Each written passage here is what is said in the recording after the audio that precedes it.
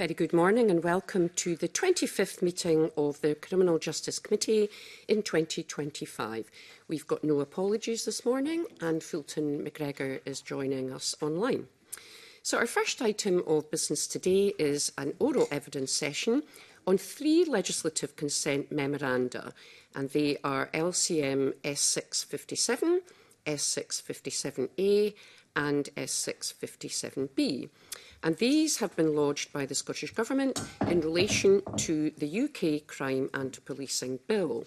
So can I welcome Angela Constance, Cabinet Secretary for Justice and Home Affairs, Alison Morris, Organised Crime Unit, Graham Robertson, Public Protection Unit, Christy Adams, Organised Crime Unit, and Catherine Lewis, Organised Crime Unit, all with the Scottish Government. So thank you very much for joining us.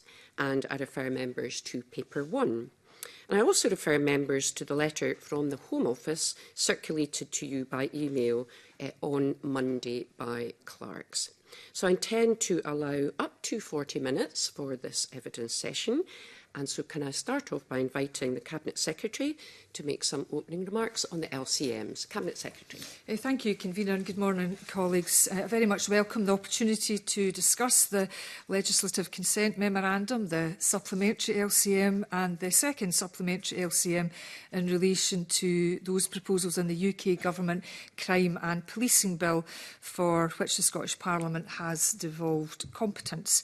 This is a large and complex bill covering numerous different policy areas, and while we support the overall purpose of the bill that extends to Scotland, we have not needed to accept every measure. For example, in cases where we have our own legislation in place or have plans to introduce our own legislation, for example, in relation to child retention abroad, subject to consultation. However, where there are benefits to Scotland, the Scottish Government is happy to propose legislative consent to the relevant provisions within this bill.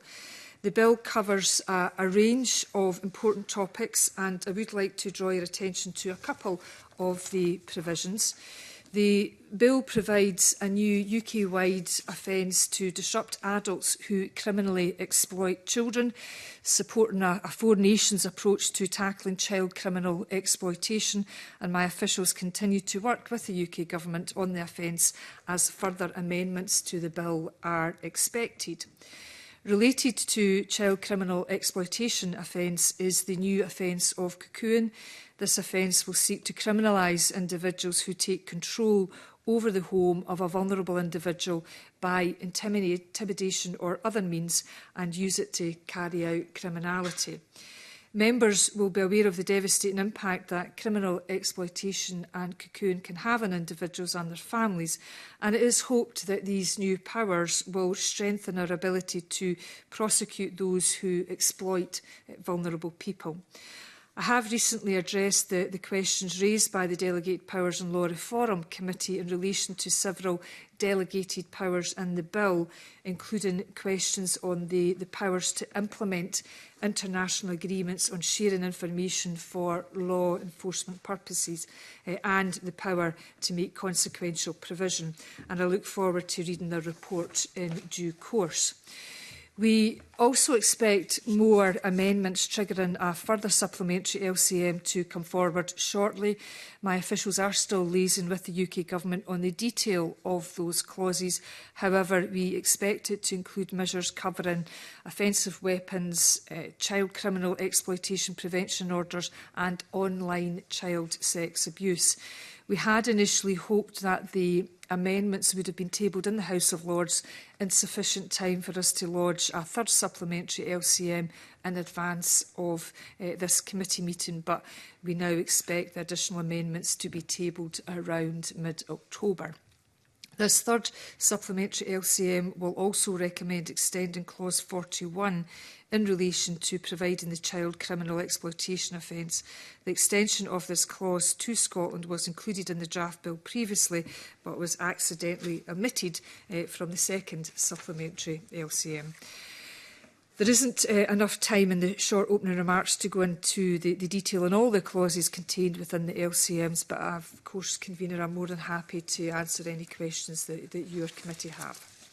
Okay, thank you very much, Cabinet Secretary. That was some helpful opening remarks just to set the scene. So I will invite members to come in with any questions that they may have. I wonder if I can maybe just start off with a question just in relation to the proposals around future international agreements. This is an area that the committee has done a small piece of work on, just looking at the sort of landscape with regard to international cooperation around law enforcement.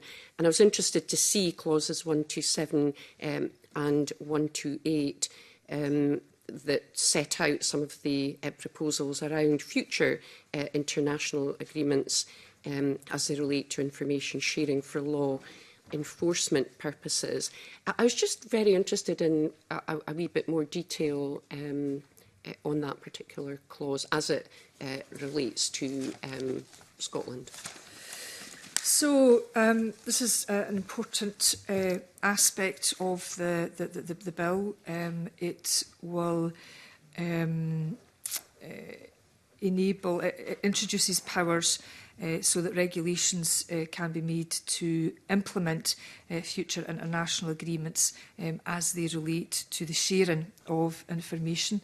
And this is of particular importance. In fact, it's vital for Scotland's law enforcement agencies to be able to cooperate with counterparts across the UK and in Europe, particularly following Brexit, where there was a disruption to well-oiled arrangements that had existed hitherto, and the subsequent legislation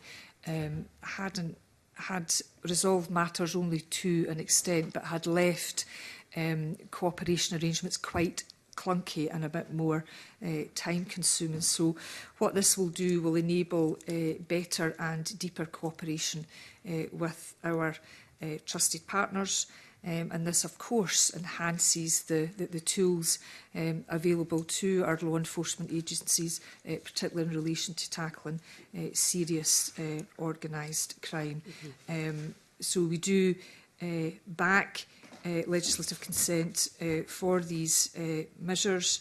There had been similar provision in earlier legislation or earlier proposed legislation by the previous UK government, and that was around data protection and digital information sharing bill 2023, which wasn't progressed.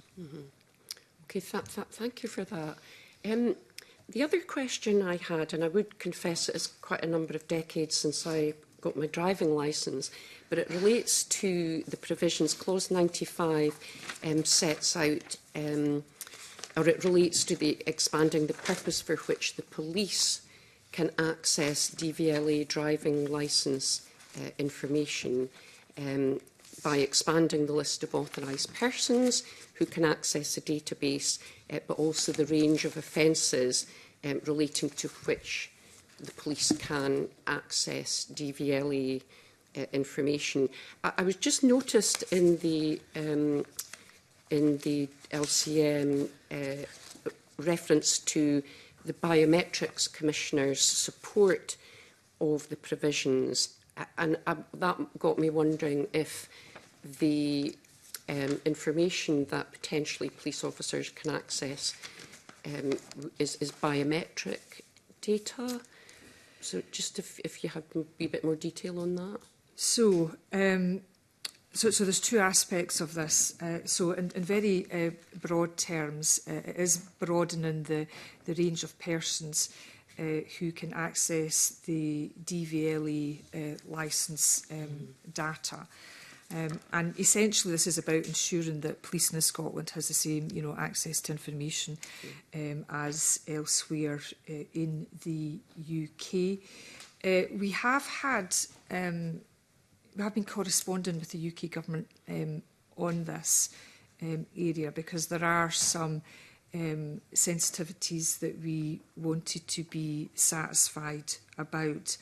And that was about just to ensure that we're satisfied about the purpose for access and that purpose was appropriate.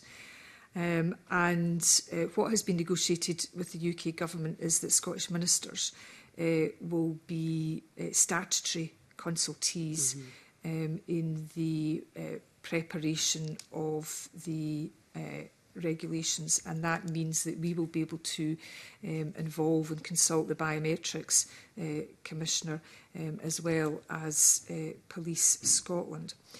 I would also draw committee's attention to the comments that the previous Policing Minister, Diana Johnston, has put on the record. And she was very clear that these powers can't be used in the same way that current powers can't be used to enable matching with photos. So you can't be accessing DVLE information and then trying to match that up with photos or live facial recognition. And she was very clear, and I am paraphrasing, but she did use the phrase that these measures were not a Trojan horse for wider use. So we have been, engaging with partners in policing, as well as the Commissioner, because in the past that the Scottish Biometric Commissioner has had concerns. Yeah. And just finally, just on the range of offences then, has that been broadened out quite significantly, or is it specific offences that are set out in terms of the provisions of this clause? So I'll ask officials to come in that, because my understanding it's about broadening the range of persons who can access DVLE licence data, so that records, are available for wider policy and law enforcement purposes, and to ensure that police officers who have when they have an operational need to access that information can actually do so quickly at the point of need. But I will ask officials to pick up the point around offences, because that wasn't my understanding. But my understanding, I'm not the policy expert in this, my understanding is that it is intended to bring it out to a broader range of offences. At the moment, it can only be used for the investigation of road traffic offences. Yeah. But I understand that the detail of the offences will be included in the Code of Practice and the regulations which are being drawn up. Yeah. Okay, thank you for that. Thank you. With further information, so we can give a more detailed explanation to committee, and we'll follow up in any points as required. Thank you. And I would say I'm very pleased to see provisions specifically with regard to cuckooing and obviously a range of provisions relating to crimes against children, so that's welcome. Okay, I'm going to open it up and I'm going to bring in Jamie Hepburn. Thank you very much, Convener. Good morning, Cabinet Secretary. Just a few very quick questions from me, Convener, in terms of procedural matters. On the initial LCM, of course, there was a recommendation to refuse consent for elements of this bill. I think I'm right in saying that is now resolved, that's been amended satisfactorily at the UK Parliament end. So just get some clarification on that, and if that now means that there's no reserved position on this one, the recommendation now would be just to proceed with consent. In short, it is. I mean, where there have been issues where we've entered into correspondence or dialogue at official-to-official level, is that if you take, for example, proceeds of crime, that is both reserved and devolved. If you take, for example, international agreements, it is, of course, entirely reserved for the UK Government to enter into international agreements. The Scottish Government's position would be that the implementation, bearing in mind policing is devolved and we have our own legal system and our own criminal justice system, that there have been, some clauses where we thought that the legislative consent motion process was triggered, and we have come to pragmatic positions. There have been particular clauses where we have felt it would have been appropriate for the UK Government to seek Scottish Ministers' consent. And because we've actually, at the end of the day, agreed with particular provisions that are about, tackling crime, keeping communities safer, cracking serious organised crime, we have settled to be a statutory consultee in matters. So we've been cooperating with pragmatism. Okay. That maybe brings me on to my second question then, Convener, which relates to I think the first of the supplementary memoranda, which is styled LCM S657A. So I think that's the first one. At paragraph 11, there's a reference to a divergence of view in terms of elements of the bill that are reserved and aren't reserved. It might be felt to be a moot point, because I think even though there's a difference of view in terms of whether or not it's reserved, this is the element that relates to internet services, I should say, sorry. Even where there might be a divergence of view between whether or not it's reserved or not, I think the recommendation is still that we would consent. But it's just a quick question, I suppose, to ask: are there any other elements of the legislation, particularly in looking ahead to further supplementary memoranda that might be required? Are there any other elements you think there will be a difference of opinion as to what is reserved, what isn't reserved?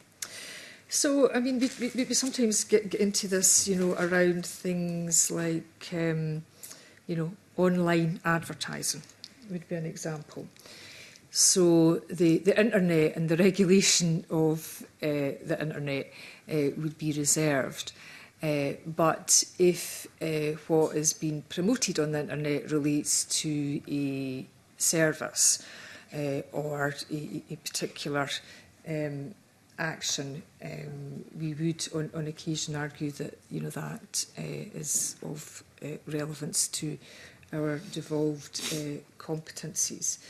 So in terms of, I suppose, safeguards and reassurance, that where the Scottish Government considers that the LCM process is engaged as provisions apply to Scotland, for the purpose of legislative competence, and in the case that I'm referring to is the steps that are required to prevent the advertisement, sale and supply of unlawful weapons in Scotland. And the UK Government in this instance considers that the provisions are wholly reserved for the reasons I've outlined, because it's internet services. However, we did have a different view. The other areas would be around barred lists. So it is possible to have differences of opinion where both sides are agreed on the principle. So I think that's why I'll just ultimately come down to the here and now and what's going to help protect communities. And here and now, there are always other debates and other forums about where power should lie, and that's a debate that I don't stand back from. But in terms of today, where both the Scottish Government and the UK Government want to strengthen, the action that can be taken against the harms, in particular caused by online and the promotion and flogging of dangerous weapons. I want, police in Scotland to have the powers to be able to issue notifications to remove. There are, of course, safeguards for those that are accused of being perpetrators. And this committee will be well aware of the work we did on the Police Ethics and Conduct and Scrutiny Bill around barred and advisory lists, and the provisions that are coming through in this bill are in relation to specialist police forces, but only two of which would be relevant to Scotland, and that would be the British Transport Police, and the other one is just the National Crime Agency. So we don't want people who have been found wanting in an organisation to be able to get a job in another law enforcement organisation. Okay. And one final question, if I may, Convener, Cabinet Secretary, you referred to the possibility of a subsequent supplementary LCM. This might be an unfair question because it's the great imponderable, because these things obviously are out with this Parliament's control, but can you foresee the circumstances that there might be more than one required? And I suppose in that sense, follow-up question, which I'll just get out of the way now, and the one is, is the interaction between your officials and UK government officials. Has it been a positive process? Are you getting good engagement? There's no challenges there? I think overall, to be fair, yes. I mean, it is a frustrating process, just because the way in which we legislate and the way in which Westminster legislate is pretty different. And so it's a bit like, it's not necessarily parallel tracks, but you will be well versed in that, Mr Hepburn. And it's, there have been, occasions where we've said, no, actually, we would want that extended to Scotland, and then, they've not had time at a UK level to draft. And that, of course, is disappointing. That's not happened often. And it's the pace and the timelines and all of this aren't within our gift. So inevitably there are frustrations and, of course, disagreements. But I think overall we're in not too bad a place. Okay. But the committee will get a good heads up if anything's coming down the track. Well, you'll get a heads up and I get a heads up. Well, indeed. Thank you. Thank you very much. Pauline McNeill. Good morning. There's quite a lot of wide and varied issues in one LCM. Don't envy you. It's really just one subject matter, and I know it's something that you share my view on, and that is the latest mission to reduce violence against women and girls and the alarming rise in the creation of artificial sexually explicit deepfake images. So from what I've read, the UK government are legislating regarding the creation of those images, which wasn't previously an offence. And the last time I had a question about it, I know the Scottish Government were considering if there was still a gap. I mean, I don't know if you're able to say anything about it today, or is it too early, but it was really just acknowledged that we're making further progress on the importance of AI-generated images, and whether you are still going to consider whether after the passing of this legislation there might still be a gap that needs to be done by the Scottish Government. I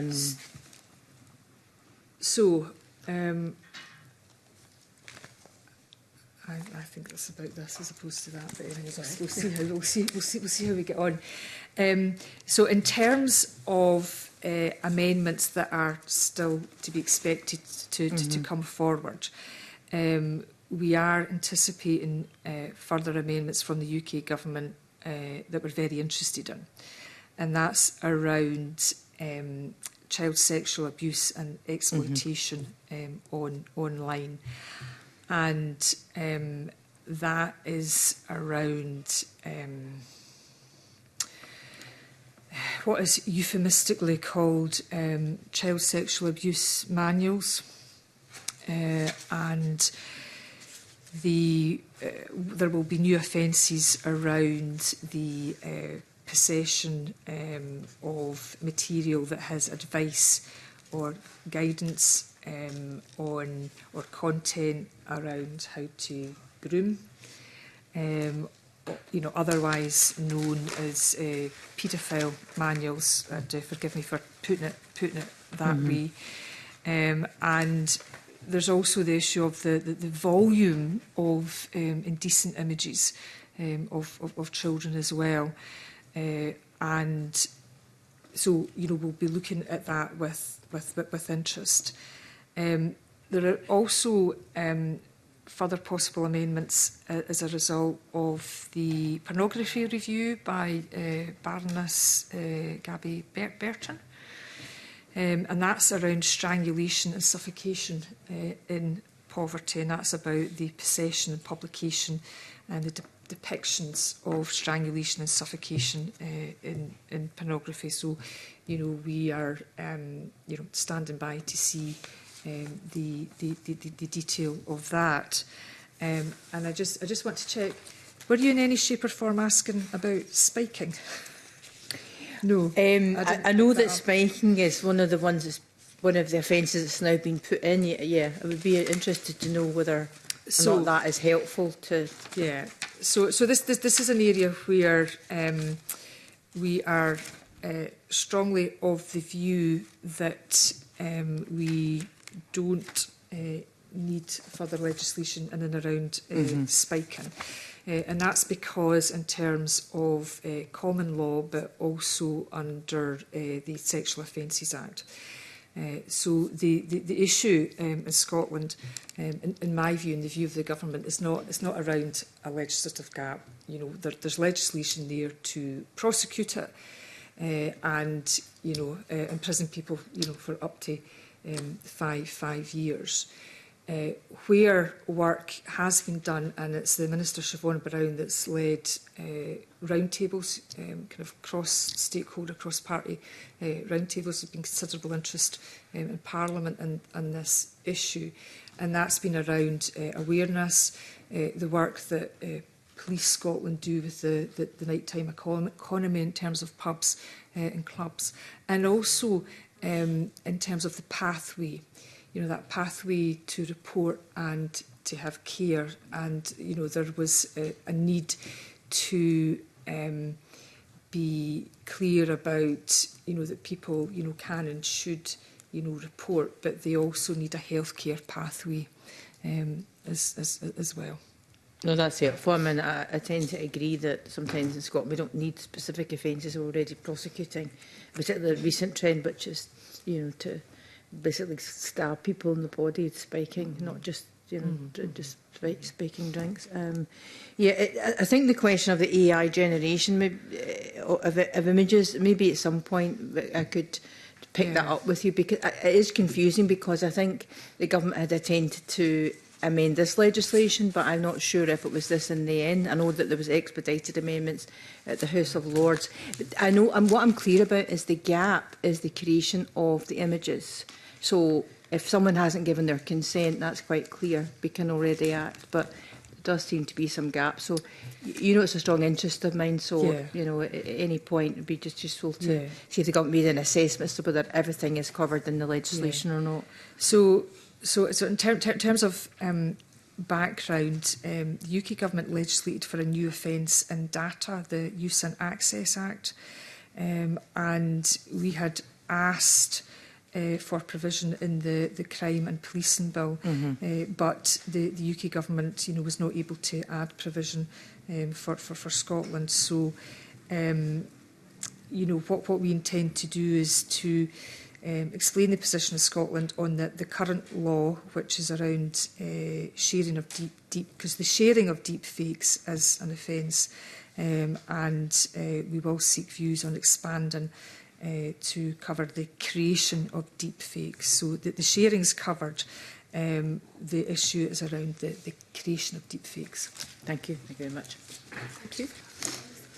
Could I just ask one very final question, and it relates, it's going back to clauses 32 to 34, which is the cuckooing provisions. And I just note that with regard, obviously the Scottish Government has been involved in a process of consultation on the provisions in the LCMs. And I note that with regard to the cuckooing provision, Crown Office has had sight of the provisions in the Crime and Policing Bill, but they had some queries about the drafting in relation to victims providing consent for their home to be used in a particular way by exploiters. So I suppose that question about whether consent has been given or not. And there is an indication that some technical amendments may still be required to resolve those queries. Just wondering if there's any update beyond that.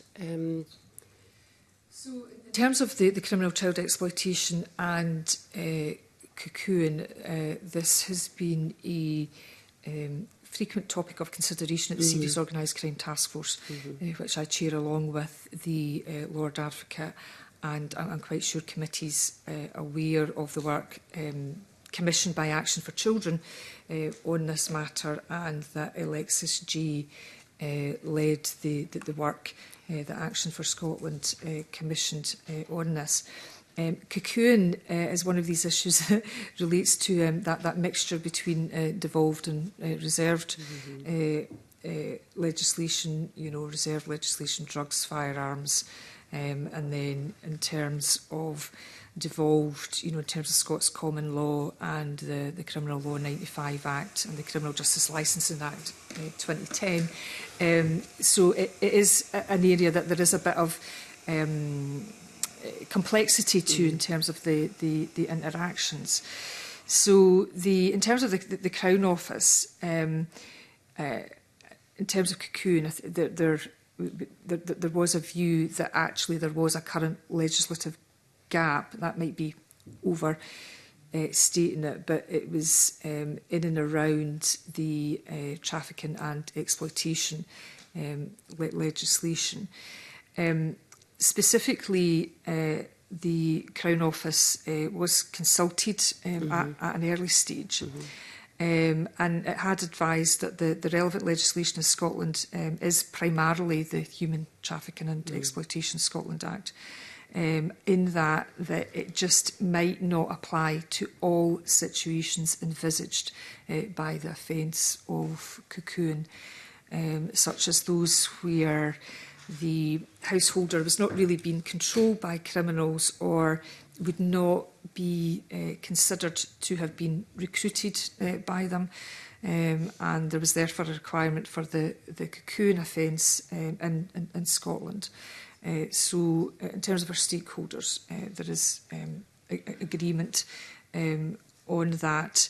Yes, the Crown Office did have some queries around the draft in relation to victims providing consent for their home to be used in a particular way. But we have officials have engaged very closely with the Home Office on this, and particularly in and around of the formulation of the offence. And it did consider removing the element of consent altogether. However, officials were advised that the control of property is not inherently harmful there. A person could consent to control their property for criminal purposes without any real harm caused to them, and it is the view that there isn't a justification to legislate for an offence in this scenario. So it may be that officials can maybe put that into human speak for me. I think I would sum it up as saying that we're confident now, after discussion with Crown Office and others, that the drafting reflects the proper balance between control of a property and the consent of an individual. Home Office officials did apparently consider removing the consent requirement altogether, but it was felt that was just a step too far. Thank you very much for that, and look forward to seeing whether or not there's some more sort of amendments, technical amendments made to that. If members have no more questions, can I thank the Cabinet Secretary and your officials this morning, and we'll suspend briefly to allow the Cabinet Secretary and officials to leave, and thank you again for your evidence this morning. Thank you.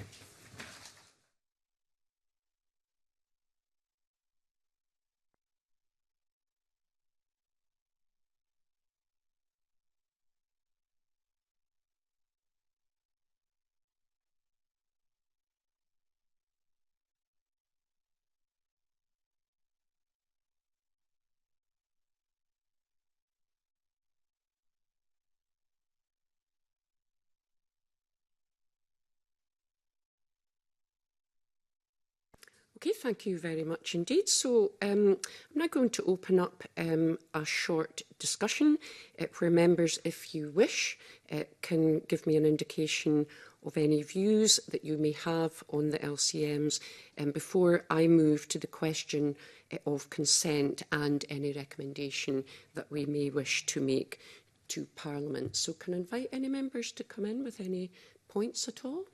No? Okay. That's fine, thank you very much. Okay, so therefore, is the committee content to recommend to the Parliament that consent should be given for the relevant provisions covered by LCM number 57, 57A and 57B? Yes. Thank you very much. Okay, so should any further LCMs be lodged in relation to the Crime and Policing Bill as it makes its way through the UK Parliament, the committee will return to these later for a decision on whether to recommend consent. And can I ask if members are content to delegate responsibility to myself and the clerks to approve a short factual report to the Parliament on the LCMs? Yes. Happy? Thank you very much. And so that concludes the public part of the meeting, and we'll now move into private session. Thanks very much.